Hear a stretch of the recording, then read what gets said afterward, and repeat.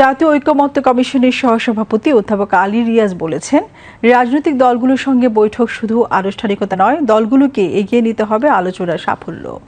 অধ্যাপক আলী রিয়াজ বলেন, এত প্রাণের বিনিময়ে পাওয়া এই পরিস্থিতি হেলায় হারানো যাবে না, বরং তা রাষ্ট্র গঠনে কাজে লাগাতে হবে।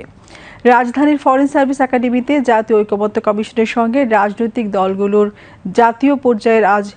দ্বিতীয় পর্যায়ের আজ নবম দিনের বৈঠক শুরুর প্রারম্ভিক বক্তব্যে তিনি এসব কথা বলেন।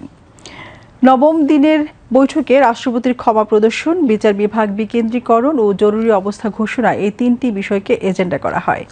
বৈঠকে অংশ নেন বিএনপি, জামাতে ইসলামী, এনসিপি, ইসলামী আন্দোলন, সিপিবি, এবি পার্টি, বিপ্লবী ওয়ার্কার্স পার্টি, গণফোরাম, গণসংহতি আন্দোলন, গণ অধিকার পরিষদ সহ ৩০টি রাজনৈতিক দলের প্রতিনিধিরা। দিনের প্রথমার্ধের শুরুতেই রাষ্ট্রপতির ক্ষমা প্রদর্শন বিষয়ে আলোচনায় কোন মানদণ্ডে রাষ্ট্রপতির ক্ষমা প্রদর্শন করার ক্ষমতা ব্যবহার করা হবে সে বিষয়ে মতামত দেন রাজনৈতিক দলগুলো। এ বিষয়ে আইন প্রয়োগের মাধ্যমে সংশোধনী আনার পক্ষে রাজনৈতিক দলগুলো ঐকমত্যে পৌঁছান। এরপর দ্বিতীয় এজেন্ডা বিচার বিভাগ বিকেন্দ্রীকরণ বিষয়ে ঐকমত্য কমিশনের সঙ্গে আলোচনা করে দলগুলো। ন্যায় ও সুষ্ঠু বিচার নিশ্চিতে বিচার বিভাগকে বিকেন্দ্রীকরণের মাধ্যমে তৃণমূল পর্যায়ে নিয়ে যাবার প্রয়োজনীয়তা তুলে ধরেন রাজনৈতিক দলগুলোর প্রতিনিধিরা।